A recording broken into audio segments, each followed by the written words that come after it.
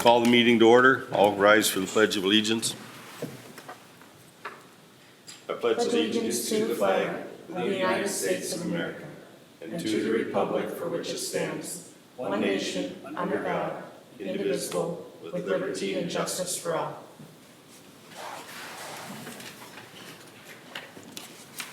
Roll call. All members are present. Approval of the agenda.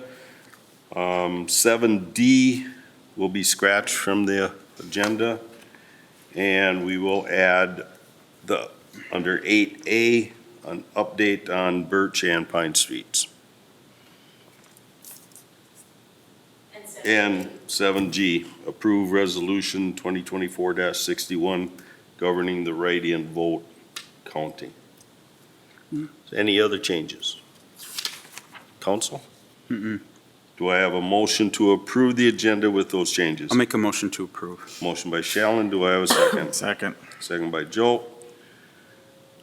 Call a question. All those in favor signify by saying aye. Aye. Opposed? Motion carries 5 in favor, none against. Approval of the minutes of the July 3rd, 2024 regular meeting. Received them in your packet. Is there any changes or corrections needed within those minutes? Hearing nothing, do I have a motion to approve the July 3rd regular meeting? Motion to approve. Motion by Heidi, do I have a second? I'll second. Second by Diane. Call the question, all those in favor signify by saying aye. Aye. Opposed? And I was gone, so I will abstain. So 4 in favor, 1 abstention. This now brings us to our public open forum. Comment limited to 3 minutes. Is there anyone here that would like to speak to the council? Is there any? State your name and your address for the record, please. Matthew Schmitz, Sauk Center, Sauk. Can you hear his microphone? I think it's on.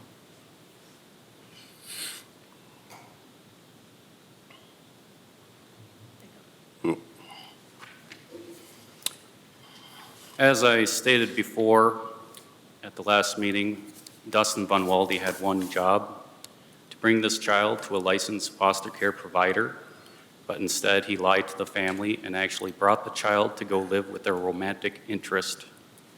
I felt that I should clarify a few things here. First, this home had no license to foster a child. A single mother dating 2 men at the same time, the first man lived in her home. He owned a bar, and almost every weekend the mother would go there and drink and play darts, leaving the child and her own children unsupervised. The second man lived in Alexandria, and this mother would often drag the child and her own children to his house to spend the night, even on school nights. Minnesota guidelines for foster parents states that all adults over the age of 18 who live in the home or will be in a home that a foster child will be spending the night must submit to a background check, and neither Van Walde nor the social worker ever subjected these men to that. Van Walde was just fine with sending this child to spend the nights in the homes of strange men. Well, I heard you say when you were telling me about the people that you have stayed with that this family was toxic. Did I hear that right? Tell me more about what made them toxic. Well, the mom will constantly go from this guy, back to this guy, back to this guy, back to this guy. And then sometimes, like, the mom would never be at home. It'd almost be like us kids always alone. This love triangle obviously led to domestic violence both inside and out of the homes. A fist fight in the St. Cloud McDonald's parking lot, a domestic call to the police at the home, to which we had the Sauk Center Police Department driving the children to school, and of course, this child's own allegation of abuse in this home. But before the child could even state that allegation at the Children's Advocacy Center, Van Walde at that time had already put the child in a new home. Another single mother who had no license to foster a child. And whom would you guess that this woman was dating at that time? Well, no other than the same man living in Alexandria that the first foster parent was dating. And whom was the child to be able to date while in this home? That man's child. I want you to stop and think about that for a moment. What are the odds? Because they have to be astronomical. Van Walde had one job: to call the county, find the nearest foster care provider, and to see the child to that provider. But instead, he instructed Officer Nelson to allow this woman to come pick up the child. Mr. Schmidt, your 3 minutes is up. Thank you. Is there anyone else who would like to speak to the council? Is there anyone else who would like to speak to the council? The public open forum is now closed. We will now move on. We have a public hearing tonight. I'll recess the regular meeting and enter into our public hearing. We have one public hearing before us this evening in accordance with the official mailed and public notice in the matter of the proposed amendments to the rental code. It is our intention that everyone has the opportunity to be heard. If you wish to speak, please sign in on the sign-in sheet at the back of the room. The procedure is as follows: presentation by staff, followed by questions of staff, then public input. Raise your hand. When recognized by the mayor, approach the podium and state your name and address for the record. State your comments and position. No one will be allowed to speak a second time until everyone has had a chance to be heard. First, we will hear questions for clarification. Second, public in favor of the proposal. Third, public speaking against the proposal. After everyone who wishes to speak has had the opportunity to be heard, the hearing will be closed. After closure of the public hearing, the council will deliberate and take action as appropriate. Members of the audience do not participate in the council's discussion unless a majority of the council concedes to hear additional information or questions. The hearing is now in session. Vicki? Hello. So the City Council, as you know, is to conduct this public hearing to consider proposed changes to the Sauk Center Residential Rental Licensing Code. The City Council began enforcement of its rental code on May 1st, 2023. Now that over a year has passed, we have some modifications recommended to that code. I did give you all a copy of the entire code with everything underlined and highlighted so you could read in context what the changes are expected to be, and I will cover those with you tonight. The first one clarifies that the inspector or a building official can placard a building as unfit for human habitation. The reason this language is in there is because our inspector for our residential rental licensing and our building official are two different individuals. And so the Minnesota state statute always refers to the building official because a lot of times that's the person that's doing the rental licensing. In our case, it's different. So I have them both listed in there. We did a recent placard, and the building official did actually sign the placard itself, according to Minnesota statute, but at the recommendation of the inspector. This just kind of makes some, so they can work together to make that happen. The second item that we have in here adds language that every dwelling unit shall have a minimum 2-foot wide pathway to all points of egress, and common areas shall be clear of storage the full width of the egress system. The reason that we have this in there is we have found some homes where you actually cannot access the egress windows, you can't get to the kitchen sink because there's just not even a pathway in the home to reach it there. So you get, the inspector gets there and he is not really given access to do these inspections, then he can just leave. He doesn't have to try to find his way over everything to get to those points. So this just kind of just has a little more clarification that we expect access to do the inspections. Another option, another thing that's in there is the requirement of carbon monoxide detectors and that they be operational as required by Minnesota statute. When we had our public hearing initially, people were like, well, not all houses have carbon monoxide detectors. And that's why we refer to Minnesota statute, because there is an exemption in there, or they don't have natural gas or gas. They're only all electric. If you have an all-electric home and you want to get that exemption, through Minnesota statute, there is an exemption that you can get. So you don't have to have the carbon monoxide detector, but if you have a home heated with gas, you should have in your rental unit a carbon monoxide detector.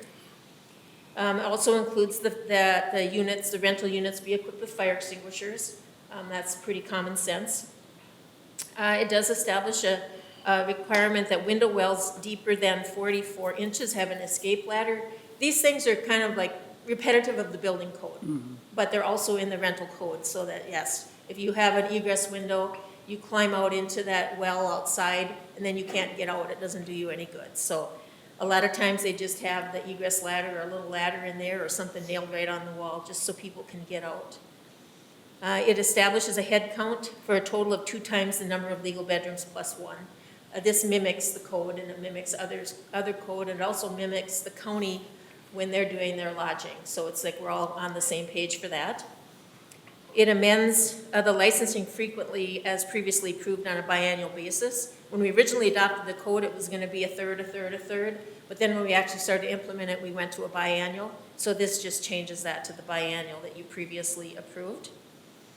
It includes a license transfer fee. You sell the unit, there's some paperwork involved in order to transfer it from this person to that one. Not necessarily a new inspection or anything, we're just transferring the existing to you. It has a delinquency fee for unpaid fees. That's pretty standard. It adds language on license revocation and suspension for failure of the landlord to abide by the code, follow through on appointments, or failure to eliminate health threats. So what we'll have is a situation where someone may come in and apply for the license, and then they don't show up for appointments, they don't get the work done, and you're just wasting a lot of everybody's time.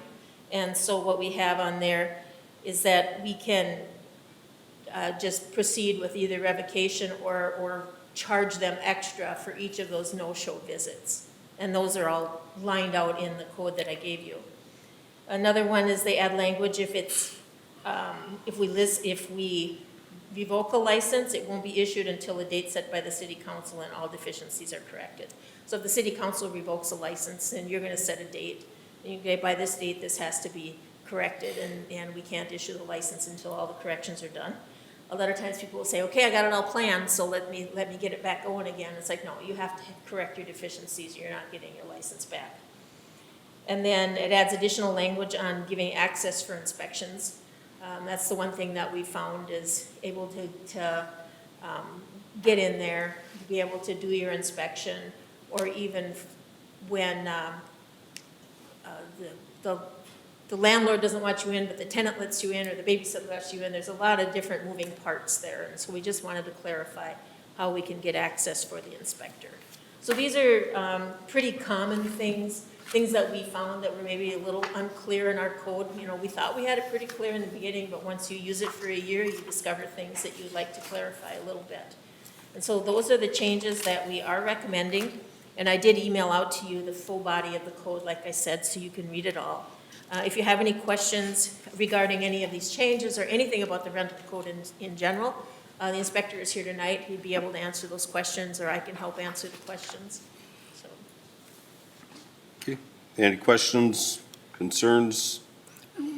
We just went through this with my house, and I had an electrician replace all 6 smoke detectors. And when they're hardwired, when one goes off, they tell all the other smoke detectors throughout the house to go off. I didn't know that, and they're only good for like 10 years, so we just put all new ones in. But the question I have is, are the carbon monoxide detectors, are they also dated for only like 10 years, or should they be replaced after 10 years too, or?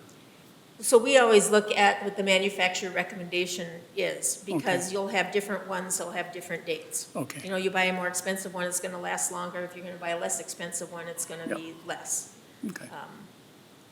That one, you kind of have to look at the landlord to make sure to comply with that, but the inspector checks them every time he does the inspection. Okay. So. Thank you, Vicki. Any other questions, comments? On the carbon monoxide detectors, I think they need to be in all of them. Because my personal house is actually all electric. I don't have anything gas in that house, but it was also brought up to me that I have an attached garage. So if that car is running in there, the carbon monoxide is coming into the house. Yeah. So I think that it should be a flat-out requirement. Well, the state statute offers the exemption. I think you're looking at complying with state statute on that, though. The only thing is, we don't know if there's rental units that are using space heaters or something like that to keep certain rooms warm. It shouldn't be, but once we inspect it and we give it okay, doesn't mean they don't do it. Where a carbon monoxide detector, for as cheap as they are, Yeah. could solve a problem. Yep. Just my opinion, but I think it should be mandatory. Does the exemption cover homes with attached garage? Is that, I read through it, and there's a couple different criteria that you have to certify, and one of them, they do talk about the attached garage, but I can't speak to exactly what the language is on that. I would say the majority of the rental units don't have attached garages. Yeah. You know, like you've got like the Main Street apartments or whatever, a lot of them, most of them don't unless it's actually a house or maybe a twin home like we have, or a condo like we have across the street from City Hall. If you want to be more strict than state statute, you certainly can be. I think you'll probably get some pushback from some landlords that have all electric units that want that exemption. But that's your call. I agree with you. I guess I'm leaning towards just following state statute, offer the exemptions that are there if they have it. I mean, you know, landlords, they got to decide whether or not they are going to take that risk of not having it if they're going to apply for the exemption. What would, you have a strong opinion, Kelly? He has an opinion, it looks like, huh? That you, that you- One of the, well, your family was saved. You're an example of that exact scenario. the other thing that I was, and we can get into that when we get done with the public hearing. Then we can get more into discussion on that for right now. The other thing is we do have a few, 3 or 4 out there that after, since we started this, still haven't allowed anybody in. And I think we need to look at putting more teeth into that, where if a couple no-shows on appointments or they just won't let us get in, to me, it's an automatic placard, and if they don't get back to us within a week after it's placarded, saying uninhabitable on how they're gonna fix it, we just start condemnation and we get rid of it. Because we gotta have the rules there and we gotta have some teeth in it. Have we pursued the warrant side of things? Do we have the option? We do have the option to take those and get an administrative warrant to allow our access as an alternative to, like you were talking about placarding. Placard them is unfit because we have no idea because they Right. haven't let us Yeah. in. There's that option, and then there's the option of getting the administrative warrant and requiring them to let us in. So, If they don't let us in, we can't see it. We have to take the assumption that no one should be living in it. Yep. Yeah. And we have that option, rather than spend all the money on an attorney to get warrants and then everything else to go in. Yeah. It all depends on which way we want to do this. But, when it's been almost a year or over a year for some of these properties, and they've told us straight out they just aren't doing it, well, then it's time for us to push back. Amen. Agree. Warrants aren't going to do us any good if they're not going to do the license. Yeah. Or they won't let us in after a year. There's something wrong. So, So do we consider language of, I guess we can discuss that later too, but. right. But it's something that I want to at least let the public know that I'm pushing for that side of it. And if there's anyone that has a comment on it, to me, milking the system doesn't get us anywhere. Right. It just makes us look bad. Well, I mean, and ultimately, in this case, it is to protect the renter. It is to protect the safety of the people who are in the units that, Yeah. so. So, okay, any other comments or questions? Otherwise, we will, I'm getting to that point. No questions of staff? Any other questions at our level?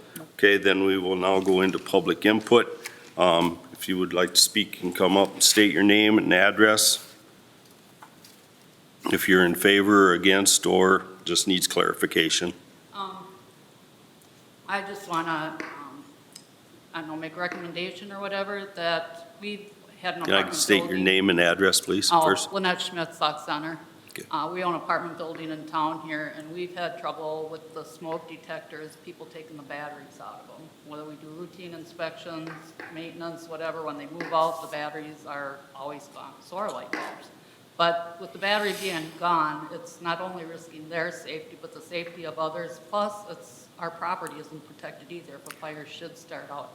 Now, we had our inspection last year. He informed us, which we did not know this, they do make battery detectors that are encased so you cannot take the battery out.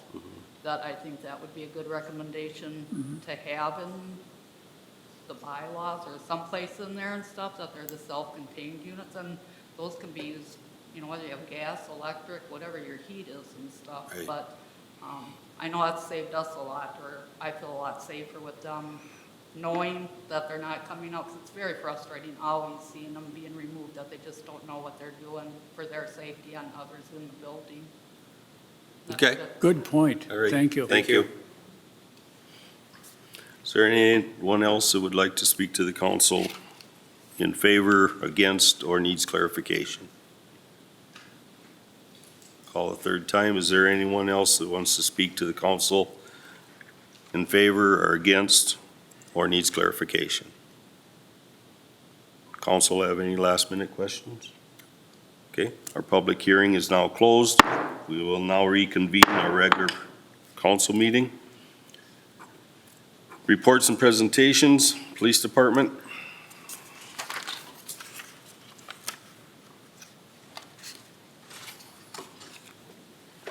Good evening, Mayor and Council.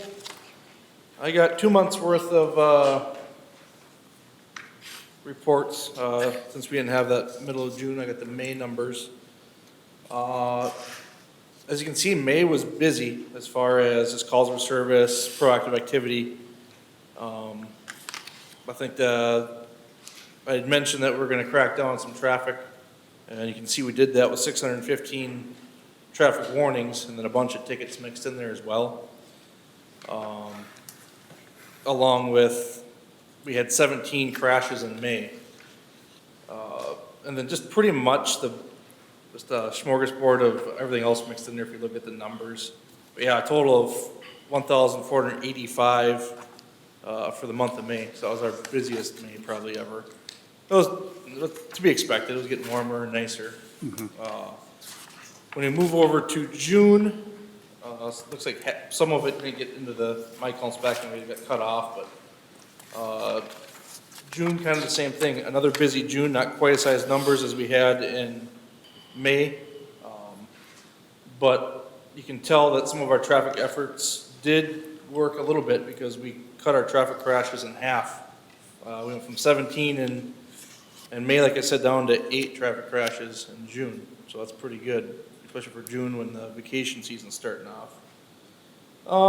And then just kind of everything's been kind of the same as usual as you look, like just nothing heavier as far as calls than the other, but just steady. Like we're steady pretty much all day through the evening.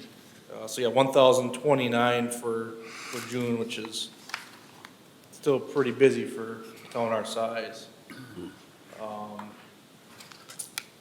We did get, so we are now 100% rolling with our Axon. Fleet is completely in our squad cars. So that project is complete and full for body cams and the cars. So, and it's working much better than our old system. It's working flawless. And that's, the nice thing about that is it's also an insurance policy for the city also, because the proof is in all the video now, and it's always there. So that was a good investment. I'm still waiting on one of our squads completed, still up at Star Squads in Verndale. Crossing my fingers, he calls me Friday morning, telling me to come pick it up, but we're in the same boat as everybody else, we're just waiting. So we're still running the cars pretty heavy because they're not getting brakes. So I'm really anticipating, hoping that car comes. I'd love it for Friday, but we'll see what happens. busy next couple of weeks coming up. We got St. Clair Lewis Days and the fair. You're gonna see a heavy presence of officers working both events. A lot of stuff going on with active threats throughout the country. I'm gonna make sure that we are stacked thick when we have big groups of people in town. So you're gonna see us heavy at those events because we're not gonna let nothing like that happen. Any questions? You're doing a great job, Joe. Thank you. Thank you. Anyone else have any questions? I got one. Oh, Go ahead. juvenile problems. I seen it was 21 on May. Is that kind of like curfew or A little something bit you don't of want to get into? everything. Especially in May, there's still some that had to do with juvenile problems at the school. Okay, We did have a kind of an influx of juvenile issues at the end of May when school was getting out. But we laid the law down pretty hard at the end of May and that first part of June. And we started, when juveniles are goofing off because of curfew stuff, we were bringing them to the PD and making their parents come pick them up. And that made a big difference. When mom and dad have to come get you from the police department, is there a fine on that? there can be. A lot of times, the first one, they come down to the police department, everybody kind of gets educated, and then if it continues, then we will, issue fines if we need. So, we haven't had to, I don't think we wrote any curfews yet. The curfew stuff's been pretty good. Basically, a lot of shenanigans are happening mid-afternoon till 8 o'clock at night, and they gotta go home. But it's been, knock on wood, like, we've been pretty decent Okay. as far as, I just noticed there's more and more cities going to a $100 fine to the Right. parents for every time there's a curfew violation, so I was wondering if, typically, like I said, it's kind of case by case, because some of the curfew warning and stuff too, it's, they're leaving the theater, but then they're dragging their feet getting home, so they're not necessarily doing anything really naughty, but, which is like, you guys need to get home type of thing. Right. They're dragging their feet getting home, which is, okay, we're cool with that, like, we'll be, it's, if they're gonna be out there causing issues, then we'll bring them in, call the parents, and then if we need to fine, we'll fine them. But this year, knock on wood so far, like, I think since we hammered them early and just said, we're not gonna put up with this summer, right, it's been pretty good. okay.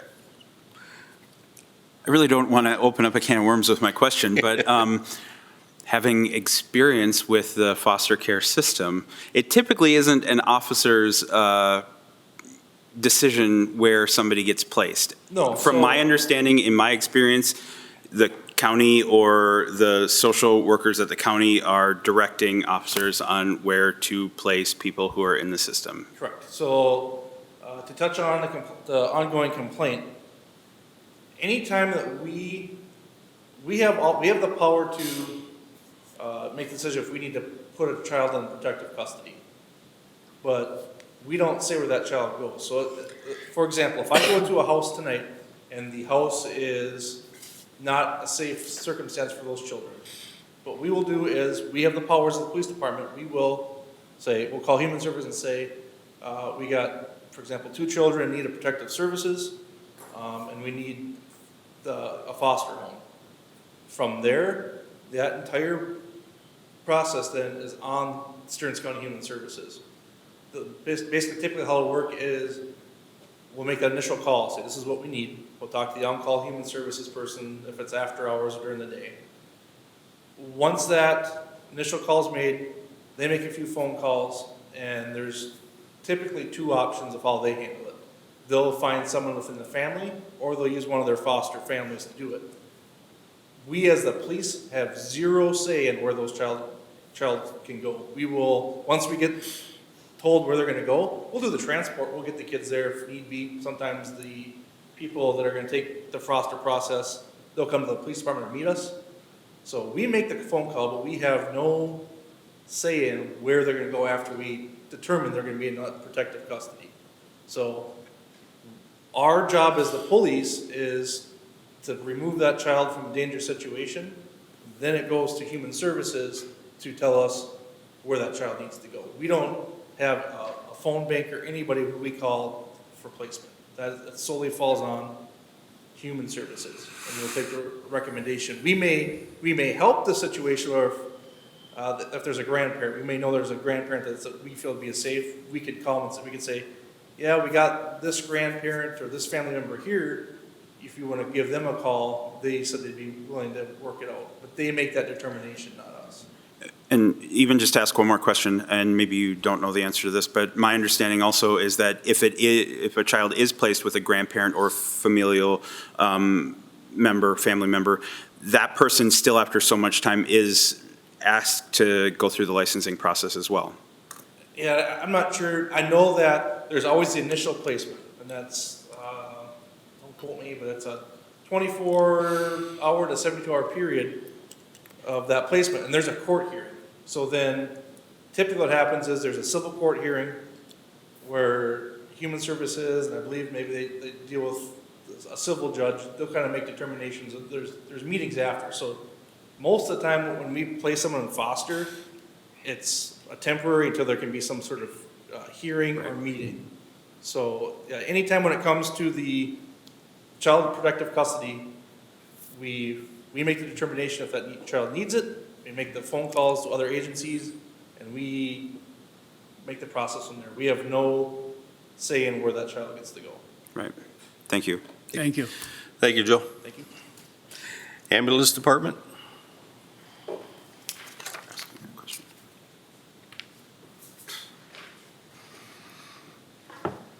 Good evening, Mayor and City Council. I'm here to present the second quarter report for 2024. In April, we had a total of 84 runs or activities. 23 of those were no loads, 3 were ALS transfers, and 15 were BLS transfers. Last year, we had 78, I can't read my writing. 10 years ago, we had 61 for the same month. So of the total reports for April of this year, the total that were billed out was 61 for $69,883. And 2 of those were medicals that were ALS, where medics were able to respond to medical calls we had and perform ALS duties. In May, we had 68 runs or activities. 19 were no loads, 3 were ALS transfers, and 18 were BLS transfers. That compares to 88 last year for the same month and 55 10 years ago in the same month. And of the total 68 runs and activities, we billed out 45 of those for a total of $61,151. And in June, we had 78 total runs or activities. 22 were no loads, 1 was an ALS transfer, and 24 were BLS transfers. And we had 55 in the same month last year and 65 10 years ago. And of those 78 for this year, 55 were billed out for a total of just over $65,500 and 1 ALS medical that month. So total billed out for second quarter was $196,543. And then you can see from the report, I have the receiving facilities and the no load reasons and the transfer destinations all combined into the first half. Second quarter special details, public relations that we participated in. And these don't generate a run activity or report in our system. These are just off the books. CPR in the schools for healthcare, we actually do that every quarter semester for the school, our healthcare class. We did a standby for River of Life Church for their 5K, 10K half marathon. And then we did, for the Sauk Center Rotary Club, we did a tour of the ambulance garage and rigs and equipment demonstrations for them. For mutual aids, that's where we go into another ambulance service area to take medicals for them if they're tied up or transfers for them. We did transfers, mutual aid transfers for CentraCare EMS, and that's Long Prairie and Painesville ambulances. They go by CentraCare EMS now. So we did a transfer from Long Prairie to Prairie St. John's in Fargo, one from St. Cloud to Prairie St. John's, and then one from Long Prairie to St. Cloud. We did a mutual aid for Mayo Ambulance out of St. Cloud, where we took a patient from their hospital to Prairie St. John's in Fargo. We were just finishing up a transfer to St. Cloud from our own hospital, and they had one waiting, so they asked if we, as long as we were coming back this way, if we would take their transfer for them, so that worked out pretty good for us. And then we did, for North Ambulance out of Alec, did an ALS transfer from Alexandria to Essentia Health in Fargo. And we had one BLS transfer from Alec to St. Cloud that they canceled on us. And then Melrose, we took an ALS transfer from Melrose to St. Cloud for them. We did have to give up 7 ALS transfers in the second quarter due to unavailability of our medics. We had 3 medics at the time. If we're not available, any of our 3 medics, and we call Melrose and see if they have a medic available to take our ALS transfer, and they do the same for us. So that's why you'll see a lot of the mutual aid with Melrose where we're taking their ALS transfers. So, and then if neither of us have a medic available, then we'll turn it over to Centricare to take it for us. But we work together with Melrose to try and get our transfers taken care of. So overall, we remained pretty busy. May was a little slow for us with only the 68 runs. But our medics are handling a lot of the ALS transfers, but we did just hire the 2 additional medics that live in our community that work full-time for other services, just like the 3 original medics we have. So now we do have 5 paramedics on our crew to help with these ALS transfers. And if they're available and ALS call comes in or a call that they feel could be ALS, then they'll respond to medicals in our city as well. So, and then we have our busiest time of the year coming up as well too with Fair and St. Clair Lewis Days. So any questions for me? Questions? Keep up the good work. All right, thank you. Thank you. Public Works Department? Good evening, Mayor and Council. This past month, the parks, getting a lot of maintenance taking place in those right now, such as mowing, sprinkler repairs, a lot of edging. Did pressure wash all the sidewalks in the front and middle park. Just cleaning up the buildings. Fountain needs weekly maintenance, those types of things, so that takes a lot of time this time of year. Bridge in the middle park had the wood on the walking surface that reached the end of its life, so that all got replaced. Prepping for the St. Clair Lewis Days events has been ongoing this week and last week. Tar patching was completed. We did rebuild the chain drive gear case system on the payloader snow blower, so that's done and ready for winter now. Front step project at City Hall, we did all the demo work and the rough excavation for the concrete contractor.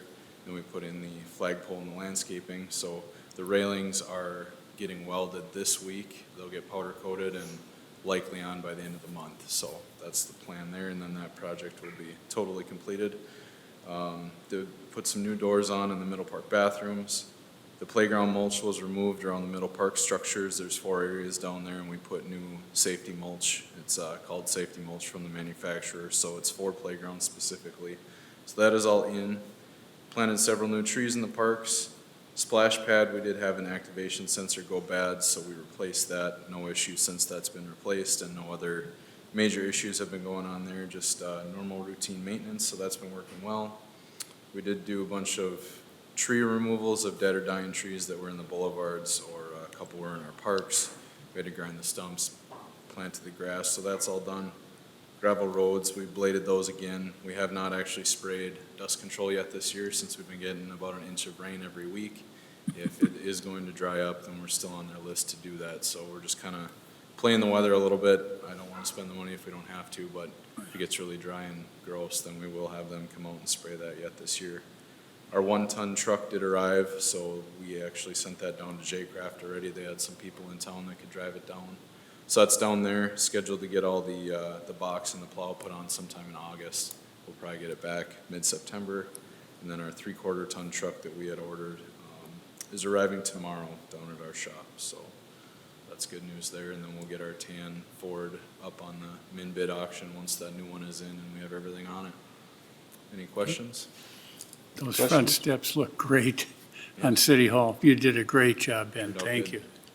Well, the new city signs look really nice too. Or the new covering in the city Yeah, sign. there's one up at Bear Trap and then Yeah. down by Caribou there. Yep. Great. Any possibility or thought of putting lights on those? I guess we haven't thought of it. Anything's possible. So, Just thought it might make them pop a little bit. I don't know. yeah, we can look at that. Okay. Thank you. Thank you. Planning Commission.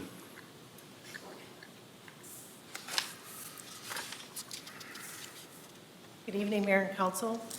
In your packet, you have a copy of the Planning Commission agenda. We did hold a public hearing at the July 9th meeting, which is an action item later on your agenda. We have a few informational items. Due to the primary election on August 13th, no meetings can be held. And then also Stearns County Household Hazardous Waste will be having a August 21st hazardous waste pickup. And the hours are going to be from 10 a.m. to 5:30 p.m. They're extending the hours to see if that can benefit more people after work. And then you have a copy of the building permits. And in the month of June, we had 20 permits with $276,000 in value. And a year ago, we did about $1.6 million in construction value. So any questions? Questions? Okay, thank you, Sarah. Thank you. Airport Board.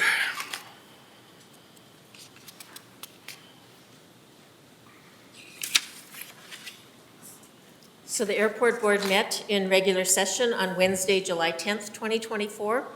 We discussed the next steps on the airport land acquisition project that has drug on quite a bit, and a lot of it has to do with reimbursements and allocation of funds. And so you will be probably seeing an updated purchase agreement and an updated recommendation at a future meeting.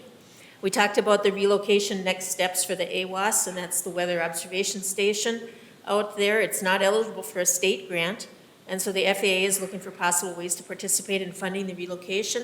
The need for the relocation is simply so that we can proceed with a possible another hangar at the airport, but it can only be within so many feet of the AWAS under the new regulations, so we need to move it.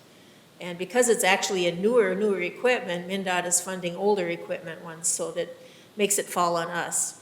So their hangar grant is ongoing. We can't proceed until this AWAS situation is resolved.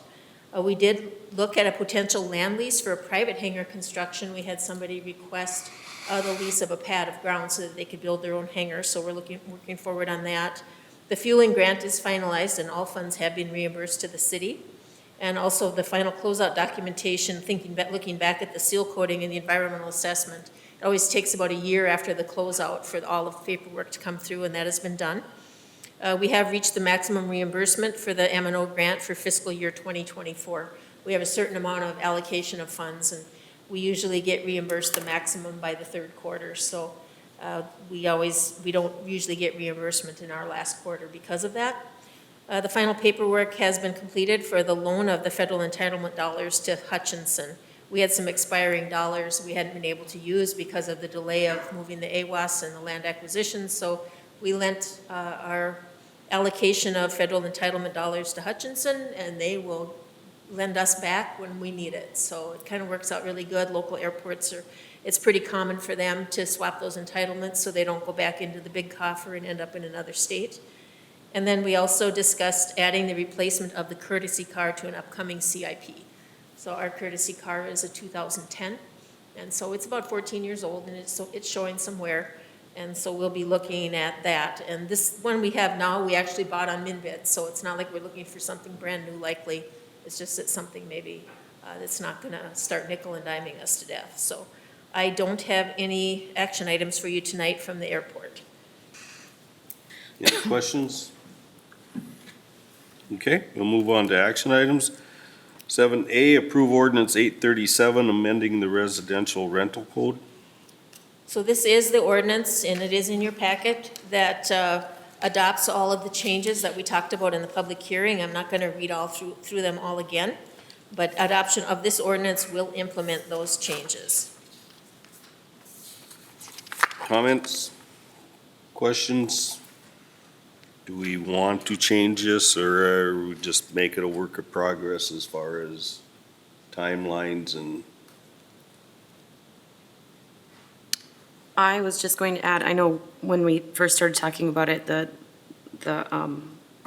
license revocation suspension, is there a timeline already in place for failure to follow through? Do we set it if it's not within the calendar year that you're on the schedule to be inspected, or?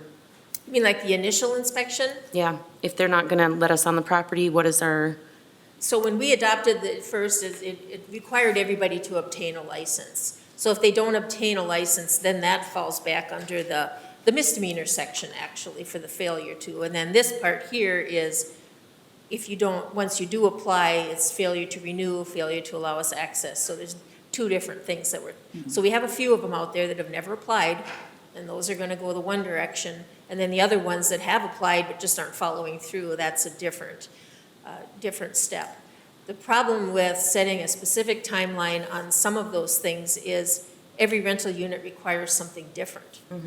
You know, one rental unit might only need a smoke detector, they can fix that in 10 minutes, and another one might require egress windows that may take a month because you can't get them. You know, so we don't really have a set time, but then when we issue the order that it needs to be done, we can give them a certain time based on what kind of work they need to have done. I don't know if that answers your question, if you want us to have something very specific in there, like not to exceed, or what you're looking for. No, I guess the variety of things that could happen throughout that process doesn't really allow us to set an official timeline, like you said, but The one thing that you could do that's maybe separate from this is you could kind of say, okay, anybody that's not applied, we'll send them one last notice. If they have not applied by September 1, then we are taking a more drastic action. We're either Yeah. going to placard your building, or we're going to get the administrative warrant or whatever. This is your last ditch chance. By order of the city council, this is what you're going to do. And that kind of gives us a little more teeth too. yeah. So, The one thing is, you know, whenever I stop up here, which is probably 3 times a week at a minimum, so a lot of times I see Kelly up here going, what do I do? I can't get anybody to do this. How do I do this? I'm trying to rather than him wearing out his shoes trying to get these people to do something or bang his head against the wall, feeling that we aren't helping him or anything, that's the reason why I think we need to do something. It doesn't pay to have an inspector if he can't move forward because we haven't decided how we're gonna handle it. And I'm just trying to make his job a little easier. And at the same time, the people that think they wanna keep playing games find out it isn't so fun. So that's the only reason why I brought it up. Yeah. But as far as, we can do, you know, put it in, the ones that haven't done anything, but I don't think the 1st of September, they've already been a year. Give them another 6 weeks isn't gonna solve anything. I think we shorten it up. We send them the notice by the end of this week, and they got a week and a half by the 1st of August to be to us and let us in, or we start. I agree. Because if a whole year hasn't got them to move off the. Yeah, but if you issue a warning, then you gotta have a reasonable time to comply. Right. You know, I mean, 30 days type of thing versus you got a week. I mean, 1, can our inspector get all those ones done? And 2, you know, what's their availability and time of year and that type of stuff too. The only thing is they've had a year. Well, I get that, You know, but, you know, what's if you're the- gonna send them a warning or like a letter saying we're gonna send it to Mr. Mean Courts, you know, process, you give them a reasonable timeline to comply. I Because think to apply, though, if they've not even they come haven't in- even applied, so we don't have anything to revoke. Right. This is just pure fact, they're not gonna do it. and they've already got, we've sent them a couple letters with applications, and that say, and that each one of them says, okay, you need to apply by this date. And then, you know, then we'll give them a second chance. So we've kind of exhausted some of that, so Yeah. I think if we did that, a final one that said, okay, by order of the city council, this is the step we're taking on this day, you know, And most of those letters go out as certified letters. Yeah. And so it isn't The like, last ones have, yeah. yeah, and then they turn around and they ignore the letter, they don't sign for it, so they know what it is. So, you know, I don't believe in, there's certain things you can hold their hands on, different situations, but this getting to the point where we gotta be done holding hands and start doing some discipline. Because it's reflecting on us as a council, as nobody with any backbone will do anything, so I ain't gonna worry about it. How many approximately do we have that have not applied? I think there's probably maybe 5 or 6 landlords. Some of them have multiple units in the building. Not very many, very small percent of the whole. But it's just gonna make the job easier if we make an example out of those 5 or 6. So for this specific timeline, if we said if you have not applied, you have until August 1st? Mhm. That, okay. That's separate from the ordinance you're looking to Correct. adopt. I know. Yeah, Do we want to add anything into the ordinance that's meet guidelines, or we can, when we get to that point, change?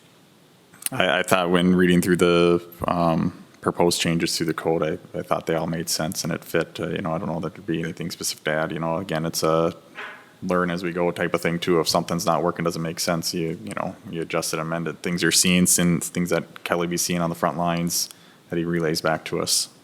Yeah. The battery smoke detector piece was an interesting suggestion. Right.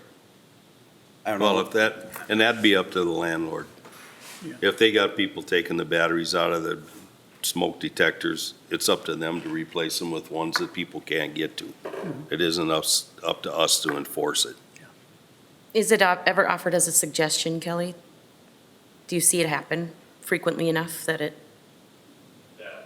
the batteries are being taken, or you find that there's no missing? Well, she did mention that it was suggested that's the way that they should go. By Kelly? Yes. Okay, Yeah, missed that, sorry. so. Any other discussion? Okay, do I have a motion to approve ordinance 837? I'll make the motion to approve. Motion by Diane. I'll Do a second. Second by Joe. Yep. Call the question. All those in favor signify by saying aye. Aye. Opposed? Motion carries 5 in favor, none against.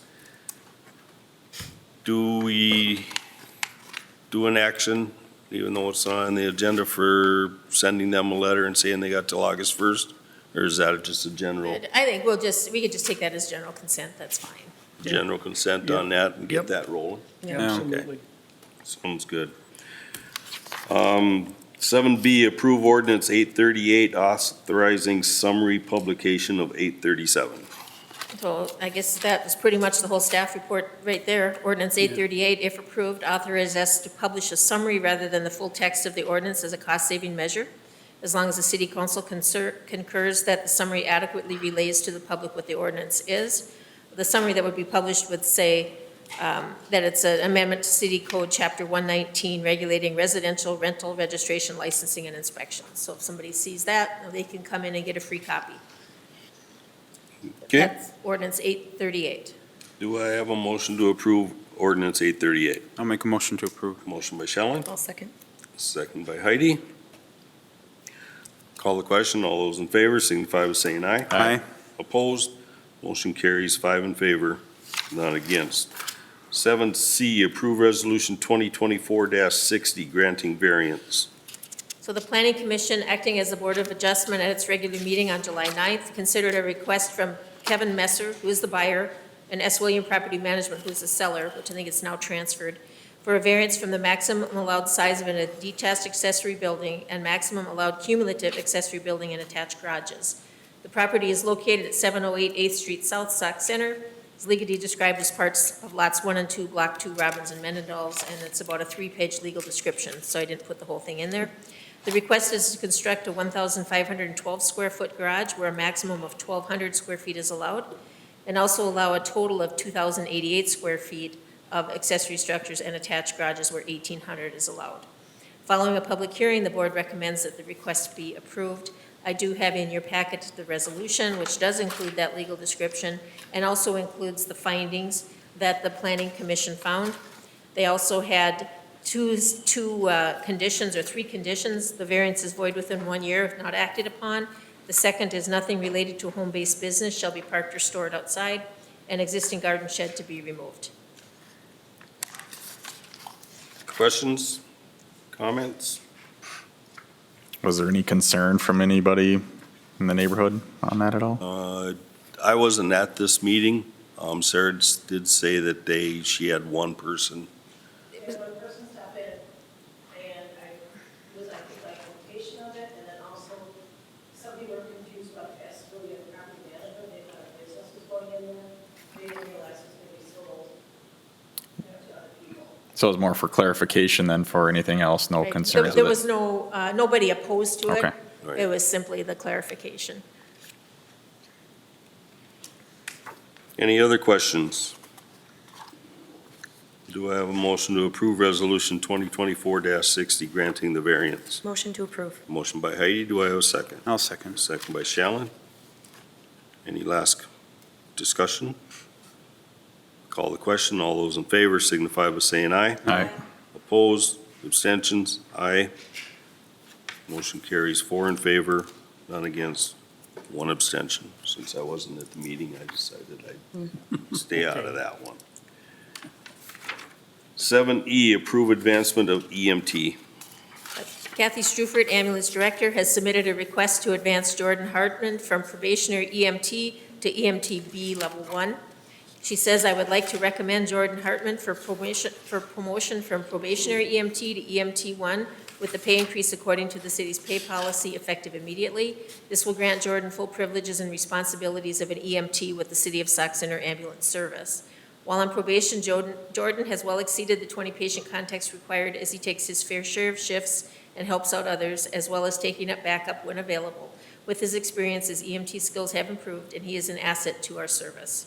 So what we're looking to is approve the advancement of Jordan Hartman to EMT-B Level 1 effective July 17th, 2024. Questions, comments? Do I have a motion to approve the advancement? Motion to approve. Motion by Joe, do I have a second? Second by Diane. Call the question. All those in favor signify by saying aye. Aye. Opposed, motion carries 5 in favor, none against. 7F, accept resignation. Chief Joe Jensen has received a resignation letter from Officer Letitia Harden. Harden has worked with the department since October of 2023. So we're asking you tonight is accept the resignation of Letitia Harden effective July 24th. Okay. Do I have a motion to accept the resignation? I'll make that motion. Motion I'll by second. Heidi, seconded by Diane. Call the question. All those in favor signify by saying aye. Aye. Opposed, motion carries 5 in favor, none against. 7G, approve resolution 2024-61 governing write-ins counting, vote counting. So whenever the city has offices to be elected on a ballot, writing in a name is allowed, such as mayor or council person. So every general election, election judges spend considerable time tallying those names, and as a general rule, voters will write in the names of their friends, of Donald Duck, of Mickey Mouse, etc. And Minnesota statute requires those names to be tallied and filed with the county and the Secretary of State. So new Minnesota statute 204B.09 subdivision 3 now authorizes the city council to pass a resolution stating that in order for a write-in candidate to be tallied, they must file that request with the city clerk at least 7 days before the election. County, state, and federal offices already have this provision in statute automatically, but this will give local units of government to enjoy that same qualification if the council concurs. So what it is if somebody decides to do a legitimate write-in campaign 7 days before the election, which would be the general election, so we're talking by the end of October, they need to let me know that they are a legitimate candidate, they are filing a campaign, and then I would know that those votes I need to count. Otherwise, I can take about an hour of time off of our schedule at the end of the day after we've all been here about 18 hours to count those tallies. And I will tell you that in the 42 years that I've done elections, I've only had 2 legitimate write-in campaigns, and one of them was Joe, right here. So I've counted a lot of Mickey Mouses and a lot of Donald Ducks in my time, and I'm very happy that the state has finally given us this option. So I recommend that you adopt Resolution 2024 governing the write-in vote counting. Any other questions?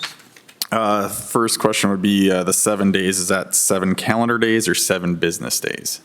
7 days, just period, So 7 calendar days. So if days. the election is on Tuesday, The by Tuesday Tuesday the before. prior, yeah. Okay. And because this is a new provision, you know, if any of us become aware of someone wanting to do a write-in campaign, we're gonna hear about it.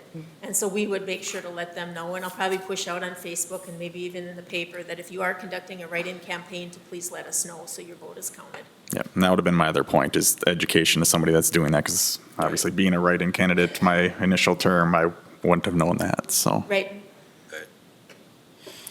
Okay, do I have a motion to approve resolution 2024-61? I'll make Motion. the motion to approve. Shallen, I'll second. second by Joe. Call the question. All those in favor signify by saying aye. Aye.